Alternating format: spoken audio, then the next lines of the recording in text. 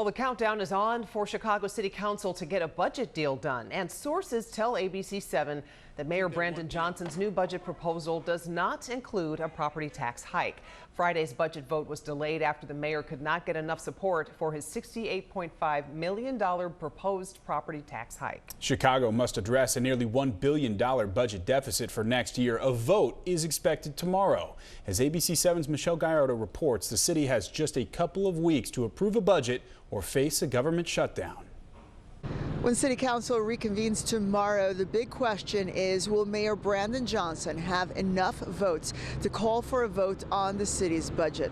Political observers say not likely, even while there are now reports coming out of City Hall that Mayor Johnson has agreed to drop his plan for a property tax hike from next year's budget altogether. This meeting is recessed until December 16th at 1 p.m. When Mayor Brandon Johnson abruptly adjourned Friday's City Council meeting, he did so to avoid what would have been an embarrassing defeat, as his second budget proposal failed to attract the minimum 26 votes it would have needed to pass.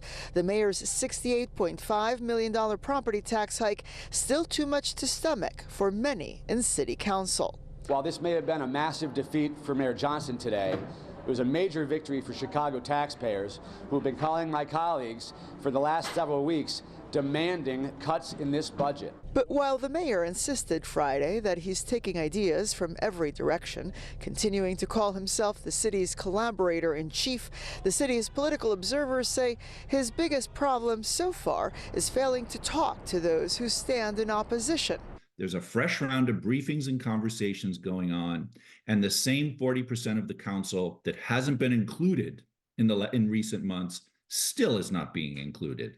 That's not governing. Over the last month, City Council has rejected the mayor's budget plans twice, voting unanimously to reject what was initially a $300 million property tax hike, calling on the Johnson administration to make cuts to the budget and trim the fat off his proposals. The key question on the table is Mayor Brandon Johnson willing to accept furloughs and some job cuts in order to get to a budget? Some saying that furloughs may be one of the few options available, insisting there is a lot of work that needs to be done ahead of time to make massive budget cuts happen, work that has so far not taken place. The mayor, by and large, seems to be winging it with some of these ideas that are being thrown out there, ideas that have been rejected in the past. With City Council members now apparently in the driver's seat, it is good old-fashioned horse trading that is paving the way to 26 votes. There's 50,000 here. There's 30,000 here. There's a promise of a field house that you have absolutely no capacity to build. The city needs to have a budget in place by December the 31st in order to avoid a government shutdown.